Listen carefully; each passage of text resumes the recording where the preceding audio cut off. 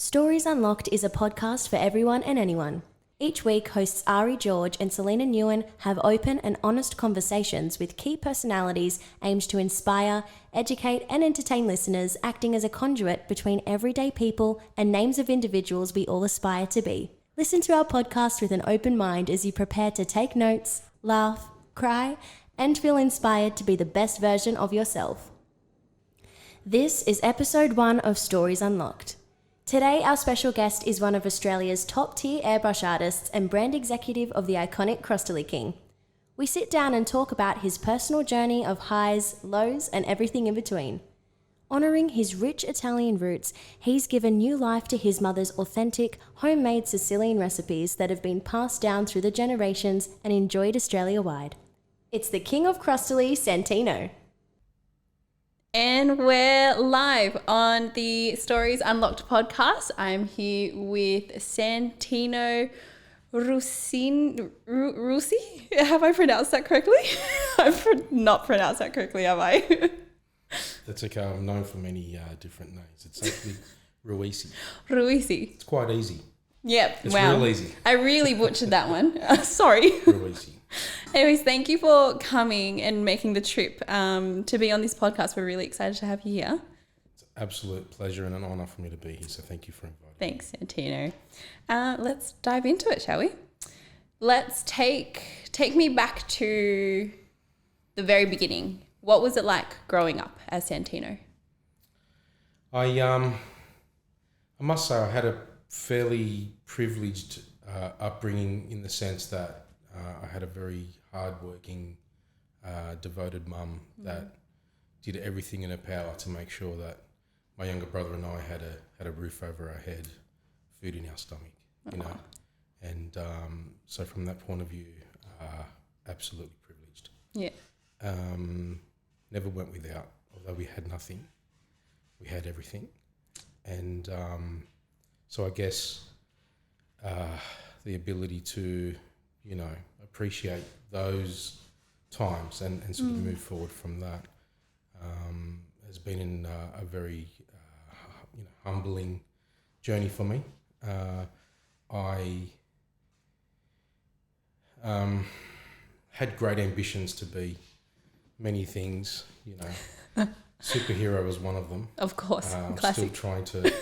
Still in training for that, and but I had a lot of people around me. Had a great community of friends, family, mentors, but I loved indulging in my own presence and my own world, and I'd burn a lot of my hours as a child dreaming and fantasizing, and so I guess if we're really going deep, started with a metallic red E.H. Holden matchbox with rubber wheels, that with a paddle pop stick in my grandfather's backyard, I'd make roads and just pretend that I was driving, and just it was just the most amazing experience. So we're really going back, we're going deep now, and loved being creative, loved drawing, loved creating things from nothing and seeing people's reaction around me. And I guess that the reassurance from my surroundings gave me the energy and the fuel to keep creating and keep pushing boundaries. Yeah. Isn't that the best, sort of that era when you're a kid and you get to be creative and get to play with your imagination? Do you feel like that sort of carried on still into adulthood? Like you still get to have fun and be creative? Absolutely. In fact, I've spent the last almost 45 years of my life being that person, you know, and so still, you know, recognising that I'm very fortunate to have done that, be able to be that person. But I felt that I actually had to conform, I guess, to, you know, different things that most people in society had to conform to, and that is, you know, go to school, of course, get a part-time job, save money, you know. And so, although following the social construct and what's expected of you as a human being in the 20th century, I built this parallel universe in my mind and sort of escaped to that world quite frequently. Yeah. So incognito, I was able to, develop my skills and, away from the 9 to 5. And how was that? So in, say, school, what was school like for you? Being that sort of creative mind, but also having to conform to society and, like attend school and be studious. Sure. How was that like for you? It's quite difficult. Yeah. I didn't quite like school in the sense of what the school had to offer me. And when I say school, the education system. And the regime of, waking up, putting a uniform on, making sure you were at X time to catch X bus and, all this sort of, all the fundamental and all the regimental stuff that goes against any creative soul. Yeah. But came to life when it was times for drama or times for art or, doing something creative at school is where I really excelled and I guess tried to, well, not so much tried to, but sort of made a bit of a name for myself. I'm actually, to this day, I still get caught out with in year 7. So we're talking many, many moons ago now. I pioneered something that most year 7 students wouldn't do when they go to high school. And as you can imagine, there's a huge peer pressure attachment to that. And so I thought I'd just break all boundaries. And first week of high school, where everyone's trying to conform and whatever, I literally got up on our first school assembly in front of the whole school and sang La Bamba. You did not? of all songs. Right. And so forever until I part, I'll be known as the guy that sang La Bamba. I love that. And that's the best to be known as that. yeah. So, doing things like that on a creative level, but just really stepping outside the norm. Yeah. And, doing sort of creative, crazy things like that. Yeah. Is what I'm sort of known for, I guess. No, that's amazing. I think everyone should have a little bit of that still within them. I think that's really cool. Would you say then in school, art, drama, those types of subjects were your favourite and that's where you really thrived? Art and music were my 2 favourite subjects. Ooh. Art and music teachers were my 2 types of favourite people. Of course.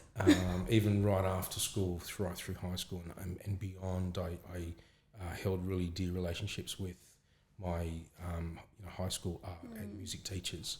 Had a lot in common with them. Yeah.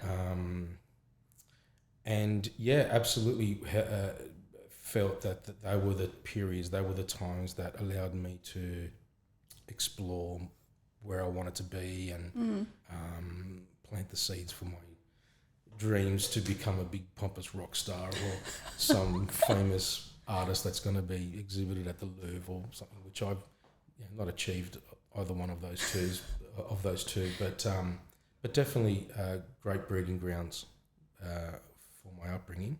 You still have time to achieve those dreams.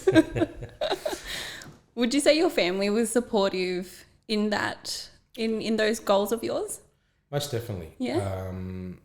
We all know that one cousin or that one introvert or and so they're known for that. And so I was the creative kid in our family and so it was just expected that I would, do something with music or art or, and so it was encouraged to a point where mum, in place of putting me into a soccer club or a football club, she actually enrolled me into a dance school. No way. Of all things. So imagine, growing up in the 80s where everything is it's like super cool and you're doing and we didn't have the big gender, war race that we have today. It was guys had to do guy things, football and so I was known to be at a dance school. So that was like detrimental for my position in society.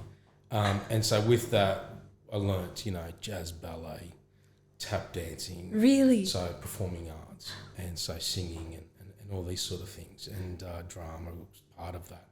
And so I was in a show group for many years and I was a professional jazz ballet dancer for many years of my early childhood. No way. And so I performed with many reputable acts. My first introduction to, I guess, someone quite known at the time was a gentleman named Lonnie Lee. And he was known in the 50s and 60s for Australian Bandstand. He had this famous song called Starlight, Star Bright. And I had the opportunity to tour with Mr. Lonnie Lee. And he signed a record, an old vinyl. Yeah. And it was the message that he wrote on the cover of that album that really inspired me and had a huge effect on my life even to today. And the message went something like, "Thank you, Santino, for all you do on stage, you know, you yada, yada, yada." And the closing caption was, "Good places await you." That's so sweet. You know, and so that really affected me, and that really gave me hope. And so kept on the journey and crossed paths with Jimmy Barnes, and so we did some things with Jimmy Barnes, and so I got the amazing privilege as a 12-year-old to be on stage singing with Jimmy Barnes and a gentleman at the time named Mark Williams, who had a song called Show No Mercy. And we were doing the outro, and I was just this little backup dancer kid that was on stage, and it so happened we were singing the song Celebrate. And we're, you know, sort of closing the show, and here I am on stage with all these famous Australian singers, and Jimmy Barnes walks straight over to me on stage, puts his arm around me. Mark Williams puts his arm around me. I'm this little kid in the middle. We're on stage in front of hundreds, if not thousands of people, and we're singing Celebrate, you know. And so it's little keystone, little milestones, for a better term, in my life. Yeah. Like that helped fuel my ambition and my desire to push my creative side. And so then did some, you know, acting down the track as a mid to late teenager. Got a few speaking roles on the TV show called Heartbreak High, and did a couple of TV commercials as a kid. And so my family were very supportive of that. Yeah, they really pushed that, and I got through all the peer pressure, I guess, of, you know, being a dancer and a singer and all this sort of stuff. And you know, it's funny. I you know, love comedy, and there's a really cool Australian comedian named Steve Hughes, and he makes light of a joke that he had a very similar sort of story where back in the 80s it was very football driven, and he took cooking class, you know, and all his mates were like putting you know, a bit of heat on him for doing a cooking class, and he's like, well, and they said, oh, you know, what are you know, Steve, are you gay, mate? And he goes, yeah, I'm gay. You guys are showering with 15 blokes, and I'm here icing cakes with 30 women, you know. So as a 12, 13-year-old, I was backstage, quick, you know, costume changes, naked women everywhere, you know, but not that it was part of my thought process back then. It was, you know, putting that tie on, putting those sequins pants on, get back out on stage, you know. So it was a very, very professional journey. That is amazing. Yeah. So there's a lot that a lot of people don't know about my deep-seated past. No, that's so awesome to hear. And it's awesome to hear that your family was so supportive of that side of you too, because I feel like coming from like my family, they placed a lot of importance on academics. So even if I am a bit of a creative, I think my family would definitely steer me in the other direction. But that brings me to then Crossley King.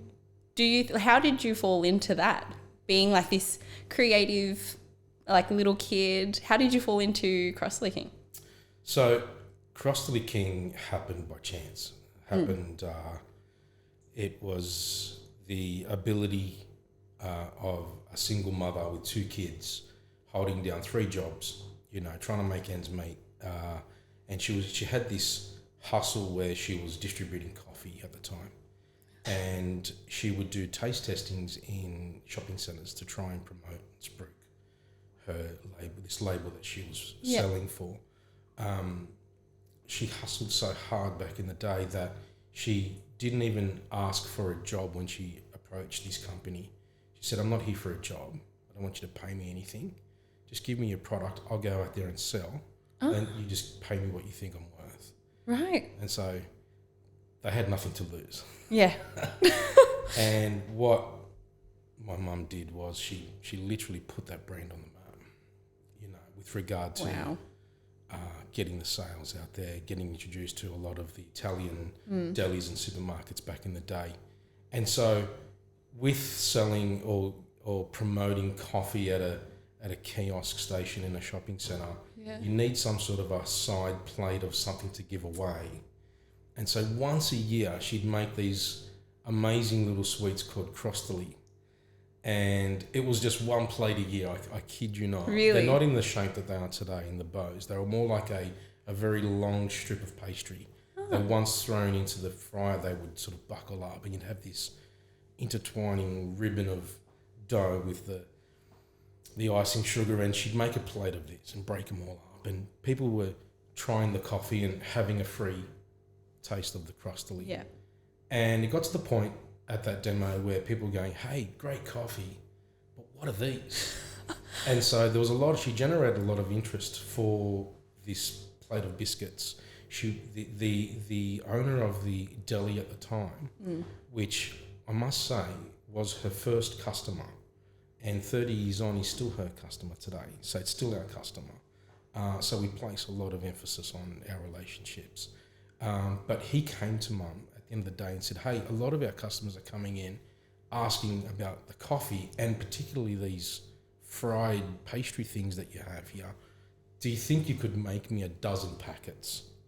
Wow. And so Mum was like, okay, I could probably do that. She knew nothing about, allergens, label compliance, packaging, all this sort of stuff. Yep. So she went to her local grocery store.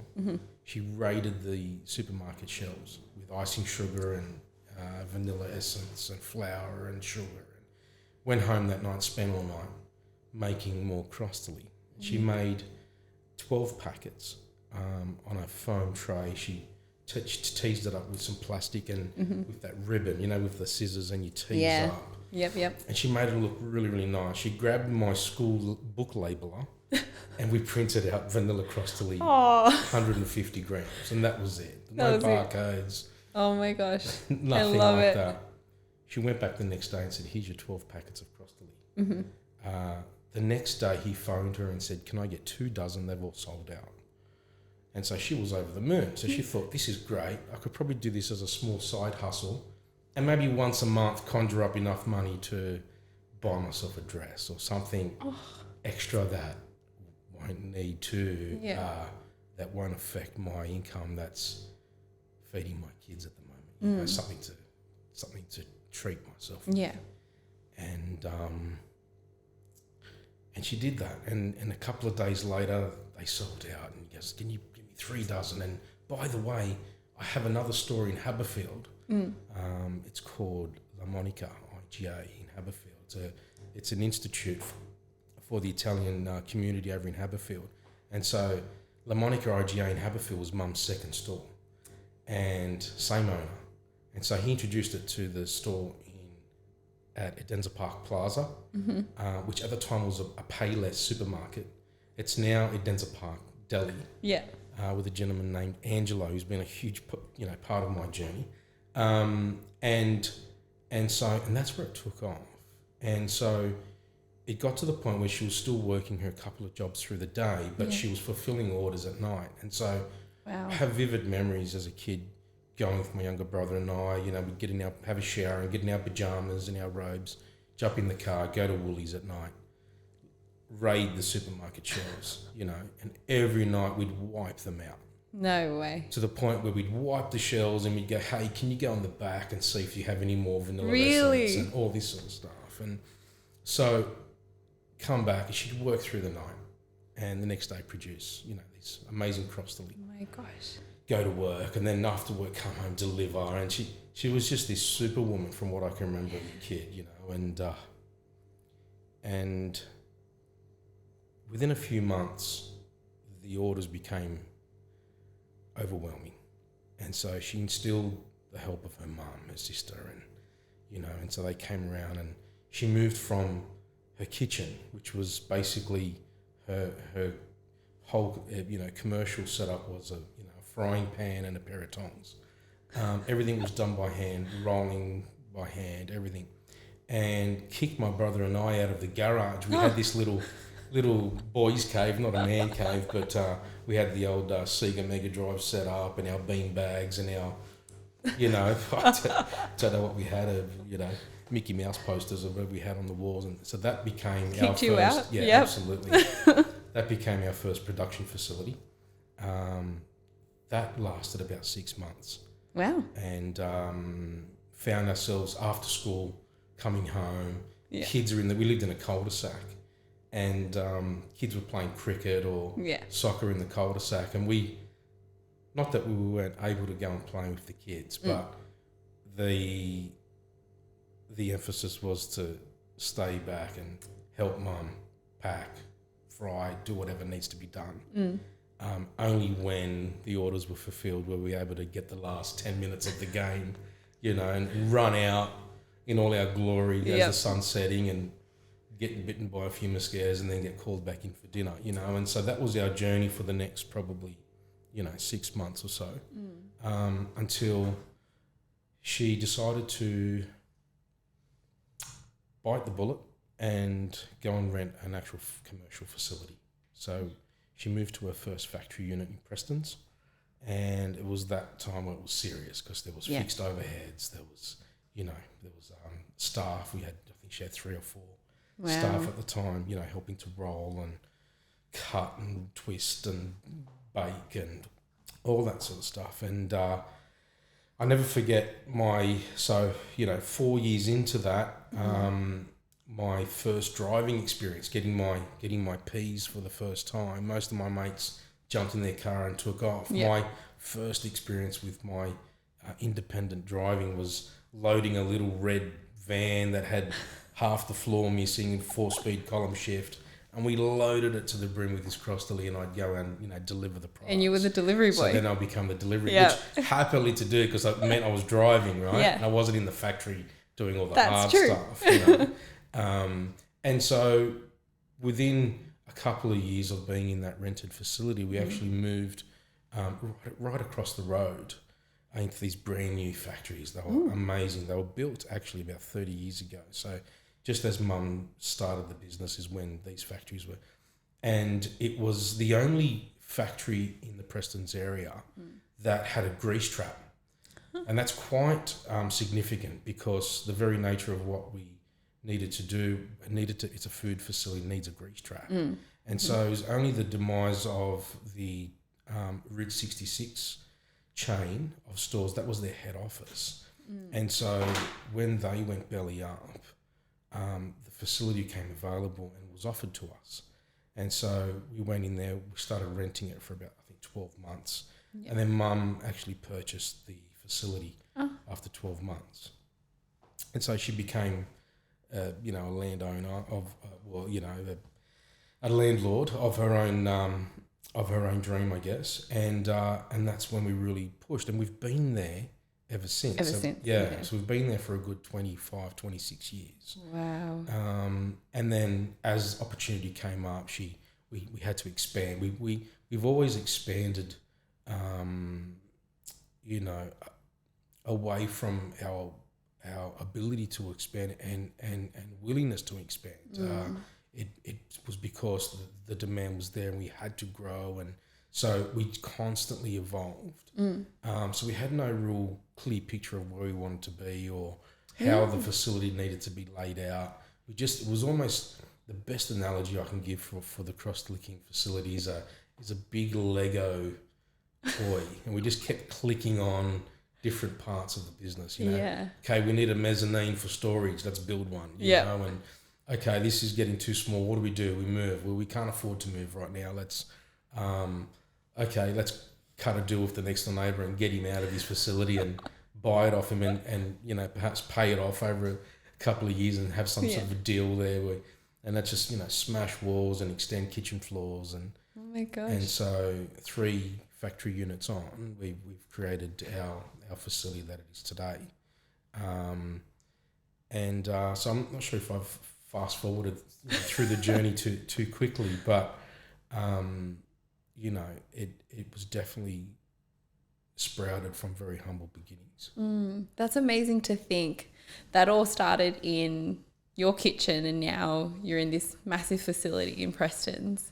What a journey that would have been. And you were there from right at the beginning as the delivery boy. Did you do anything else? Like, did your mum let you do? I did every role. Every role. I think if I was to give any advice to any person that wanted to be a CEO of any company, whatever it may be, and my advice to them would be go start sweeping floors. Yeah. Go start making the coffee. Go and get the mail from the letterbox and really understand the whole corporation from the ground up. I think a lot of CEOs today may lose sight of the bigger picture of their organisation that they run because they may not be able to empathise with the lower hierarchy of that organisation. And so having the journey of playing every single role in that factory. I was a pastry guy, I rolled. There'd be times where there'd be many years in the first factory across the road where we'd work 16 hours straight. Wow. To the point where I would get 4 hours sleep a night. So we'd work our asses off. We'd get home, we'd have something very quick to eat, go to bed. Mum, as soon as I closed my eyes, it felt like Mum woke me up again. I would wake up, I would throw up. No. Wash my face, back to the factory. Come home in the dark, go to work in the dark. Roll dough. Mum would be there rolling dough. Her hands would be just destroyed, from rolling all day, until the point where we could afford to get a hand roll, pasta machine,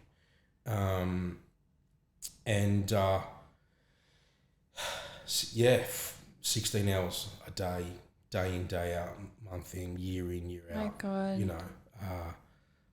So all levels of the business. There's not one role that I can't, or my mother or my brother can't jump into and be the best at that role. Yeah. Because we pretty much invented those roles. We trained the people that we were hoping to replace us and give us a break from.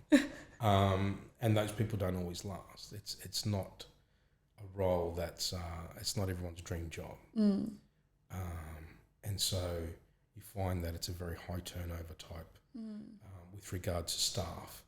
In saying that, we've got an amazing A-team, is what we call, of about 12 to 15 staff. So today, 2023, we're close to 50 staff across the weekend. But we have an A-team of about 12 to 15 staff that have been with us respectively for 22 years, 18 years, 15 years. And so they're our core team that just know the operations inside out and have grown with us and shared our vision, shared our dream. And they're the ones that are obviously eating at our round table, and so we're very fortunate looking back now that we're able to, not necessarily get up at 2 o'clock in the morning and throw our guts up anymore and go and, 12 that handle for 16 hours a day. We've been able to automate a few of the processes with some machinery, and but we've got some amazing staff. And so getting back to the CEO point of what roles in their company, and I think it's very important to understand not only how to do certain roles, but understand what those staff members are going through while doing that, day in, day out. Yeah. You can get very complacent, and you can very easily lose sight of how fortunate you are and the position you're in.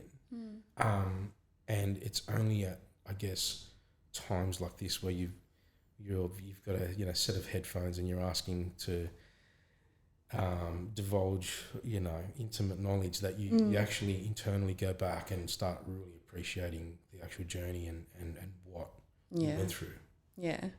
No, that journey is amazing, Santino. Did you ever think like this is where you would end up? Or did you have other dreams? I absolutely had other dreams.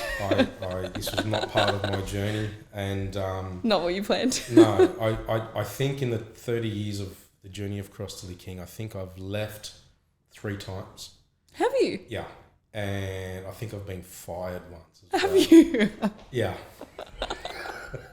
No way, by your mother? Yeah, absolutely, absolutely. There was a point when I think I was about 15 years old, and we had this like never-ending tables of these chocolate biscuits laid out, and this big giant piping bag of hot melted chocolate, and you had to drizzle these biscuits with this chocolate, and in place of drizzling the chocolate, I was doing little hot rod flames on the tops of the biscuits. Oh my God! I was decorating these. I'm thinking, let's bring out a set of flamed biscuits or something like that, and never forget Mum being a good Italian woman that she'd come from behind and give me a smack across the back of the head and what are you doing, and it's like, well, Mum, this is not me. I don't want to be sitting here drizzling thousands of biscuits. I want to decorate that one biscuit and turn it into a work of art. I love that.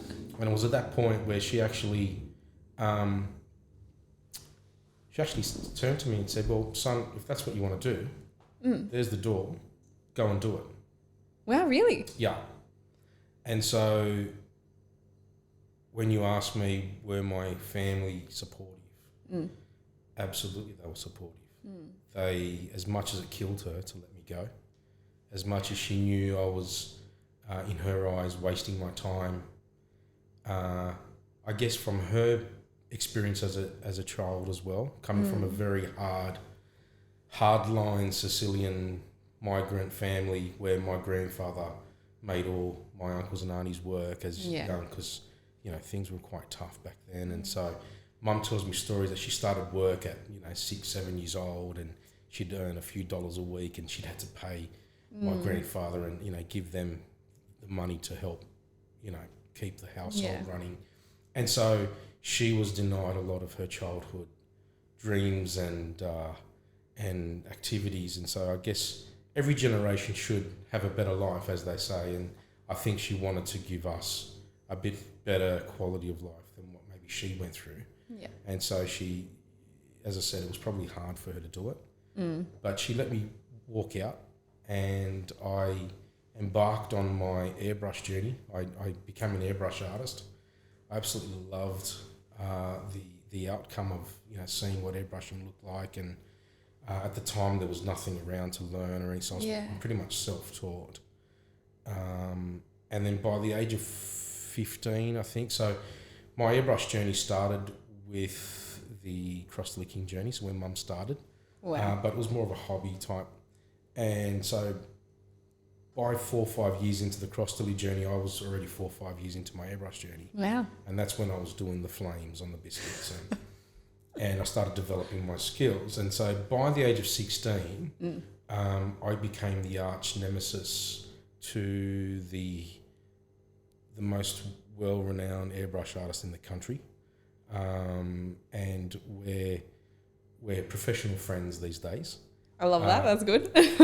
But for many years, I wouldn't say I hated him, because I didn't at any stage. In actual fact, I probably want to take this opportunity to let him know that he was actually my idol, and I admired him so much.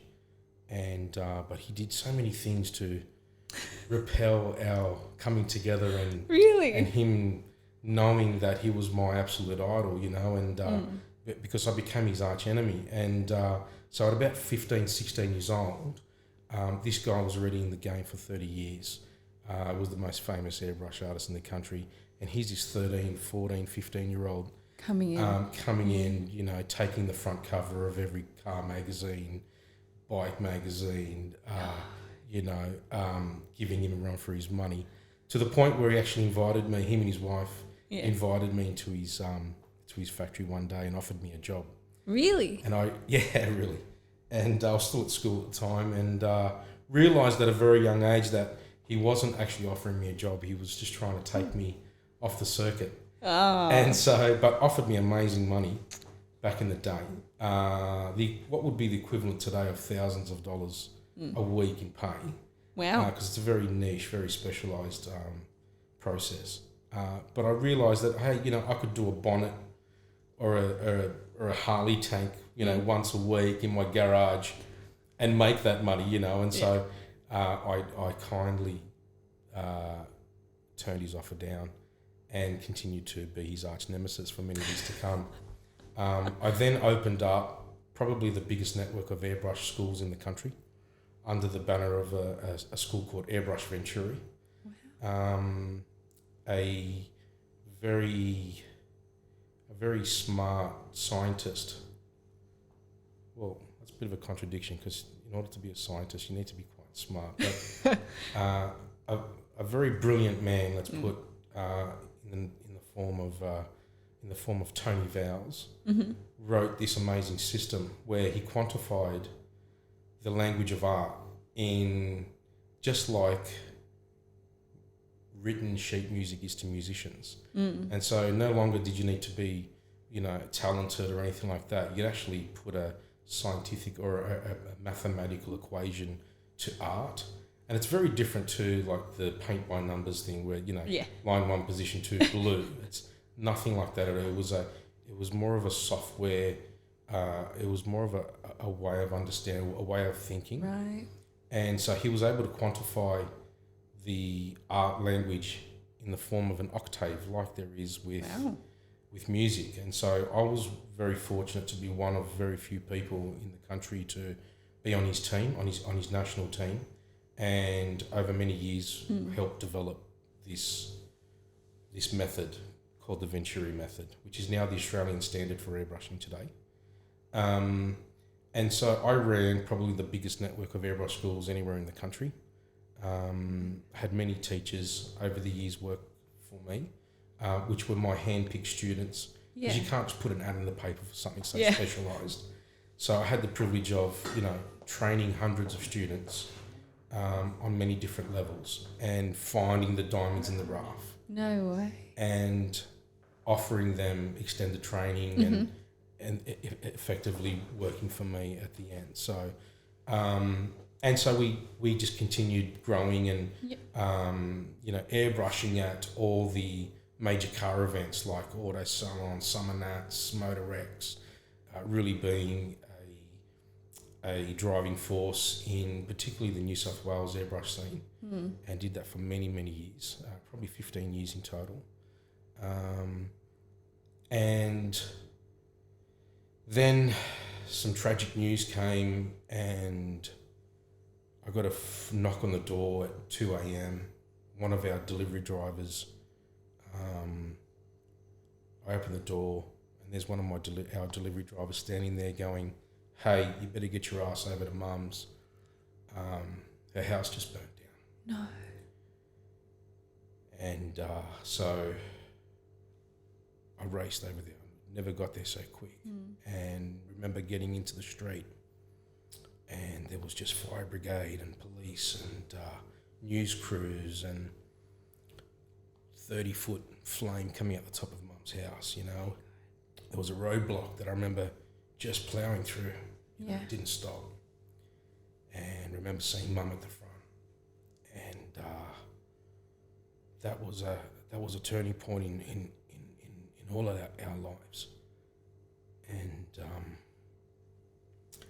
it's very difficult to relive. I can imagine. The moment, and I ran up to Mum, I just grabbed her and I just held her in my arms and just watched everything that she'd built over all her life, and she made me cry, Santino. She just everything burnt to the ground. No. And took about 13 minutes for the house to. 13 minutes. That's it. Oh God. At the time, we had about 17 policies with the factories and the equipment and And one of those 17 policies was Mum's house. And for some reason, the bookkeeper didn't bring it over or whatever but it got overlooked. And so she had no insurance on the house. No. And so effectively, we lost everything. And No, that would definitely be. I can't even imagine reliving that. Something like that. we lost everything 2 weeks out of Christmas. No way. But I can only imagine you guys, your mother, your family, a bunch of hardworking hustlers. You would have risen from those ashes. And, you know, I'm so grateful to have gone through these experiences because it really helps me to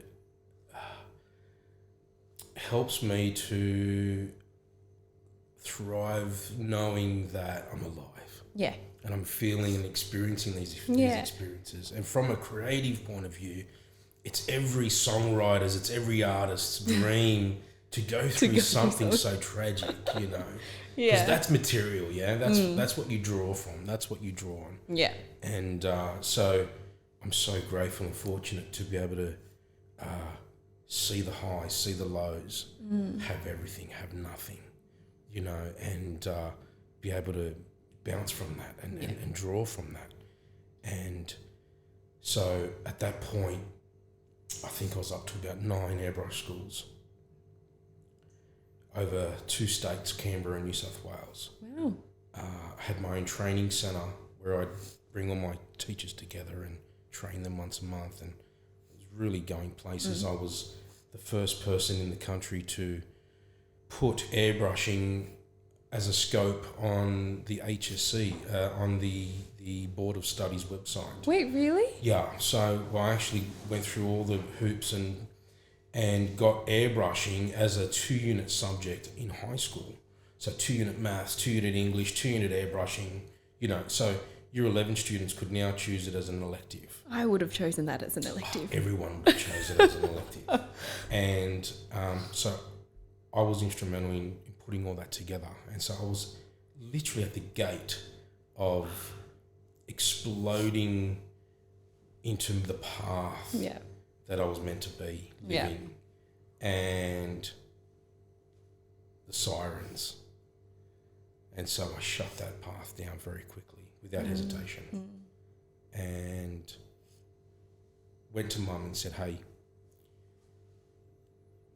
don't worry about it. It's just a house. It's just bricks and mortar. The main thing is you're okay. Exactly. And we've worked hard. Yep. We know what hard work is. We know what sacrifice is. Let's just give it another shot and let's just keep building this thing, you know. And so I joined forces with Mum 7 years ago now. Yeah. And haven't looked back.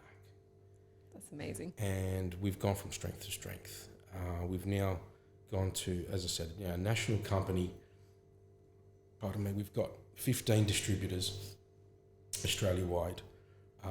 We supply to the likes of Costco and all the big guys for over 2 or 3 years now, and dominate in those fields. You know, we bring out products.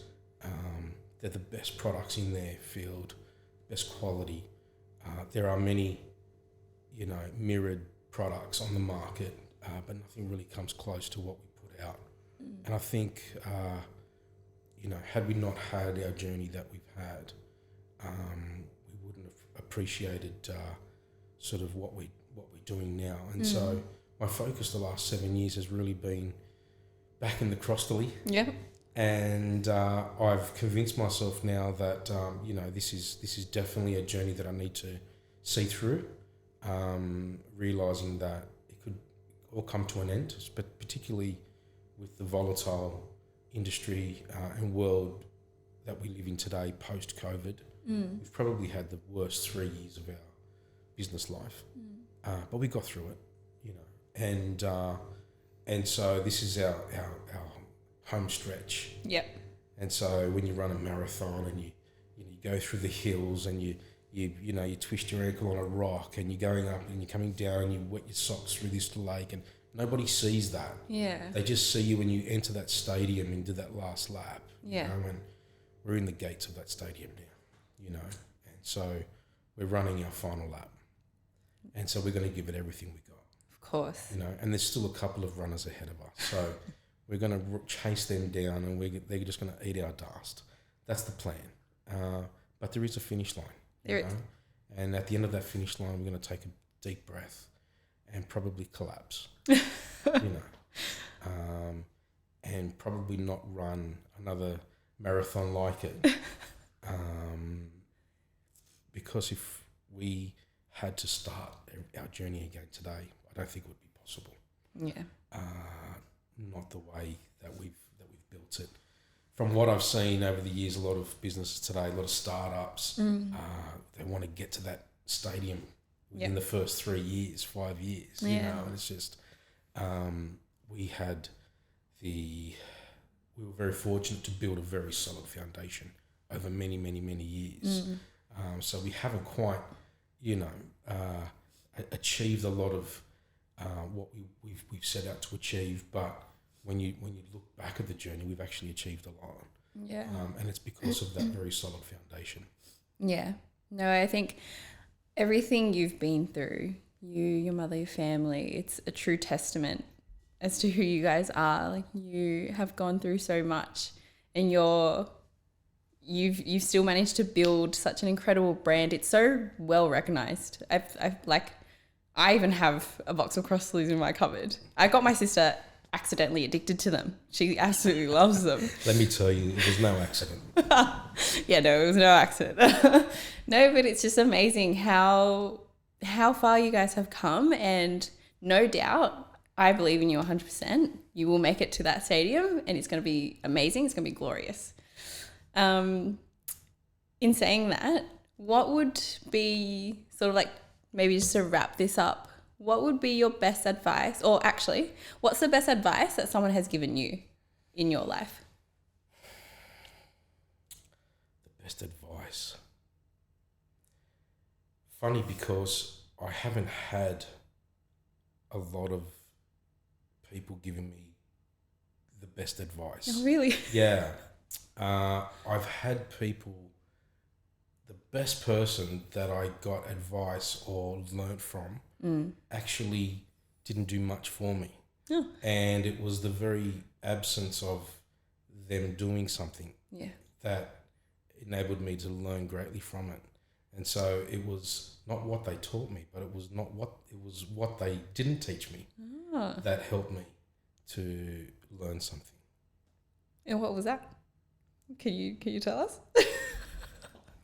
Well, it's not one thing in particular, but it's, if I was to give an example, it'd be a role model that does everything wrong and shows you everything incorrectly. Yeah. And you learn from that teaching, and you do the complete opposite. And work out that that's the success. That's the key to success. Reverse engineer it. It's reverse engineered. Yeah, and so if I could reverse engineer your question, then absolutely, there are people that have taught me what not to do, that help me to do what I do. Yeah. Well, thank you, Santino. It's honestly a privilege to even hear your journey and those stories that you've shared today. I'm so emotional right now. Like, that was amazing, those stories. And it's amazing to see how you have your creative side, your spray painting empire, and then your Crossley empire, and how they sort of work hand in hand. Especially now, I'm assuming at Crossley, you would be that visionary that comes up with new ideas that, like, you would bug your mum with. So it was a bugging process for a long time, until she just succumbed to it and went, right, okay, you're the creative guy, you just go and handle it, you go and deal with it. And so it's very unusual, it's very rare for someone in a position in a corporation, particularly. I've been, people get given names and I'm called the general manager of the company. It's just a name. I don't know. I still make coffees for my staff. I still pick up rubbish. I still jump on the fork if the guy's at lunch and load the truck up. I mean, so titles, schmartles, it's but it's very unlikely or a very rare situation where people in the corporate world and so high up in that chain have come from a creative background. Yeah. Because usually the creative people are stamped out at the very entry level of their employment. Large corporations don't necessarily want people that have their own opinion or are creative. They want you to conform to their processes and, you know, do the right thing, do your 40 hours, get paid, go and come back, you know, and then they stamp out those people very early in the process. And when they do have those loyal subjects that, you know, follow the protocol and follow the regime and work their way up, by the time they get to a position where they need to be creative, well, they've already stamped everyone out. And so, again, very privileged to being able to look. If we were to reverse engineer this, there's no way that with my background and my skill set that I'd be applying for a role as a delivery driver or a pastry guy at a biscuit company. Yeah. And then working my way up Yeah. over 30 years that I've been indentured to. It just so happened that I was the son of the founder and I had no choice. And so, but I was very grateful. I'm very grateful to be able to have lived a parallel universe. And so effectively did 30 years of the corporate stuff, but simultaneously did 30 years of my creative journey as well. And so when I basically came to the point where, you know, Prince Charles got his throne, and I say that, you know, very loosely, being the Crossley King, you know, the whole point of having that 30-year parallel journey next to me with my creativeness and bringing that over helped me to be creative with the Crossley project. And so I'm able now to, you know, come up with new concepts and design packaging and really come to life with that. So I guess I really enjoy playing with the brand and the direction of it, the colours, the logos, being creative with that, engaging with, you know, like-minded creatives. I've got an amazing social media team that we've now attached ourselves with, and just basically living my dream through them now because my time's very limited.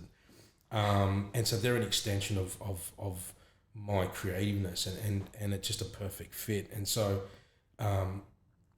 still able to keep the daily production going and the running of it and organising, but being creative at the same time and creating that brand and you know, designing new packaging and doing photo shoots and, oh, look, I'm not happy with the shadow on that. Can we change the light? I mean, you know, very few general managers would have that kind of input. Very true. On their products. So, I mean, what a ride it's been, and I'm extremely grateful and extremely fortunate to have amazing people around me that I can hopefully influence, and I've been influenced by, and who knows where this journey is going to go.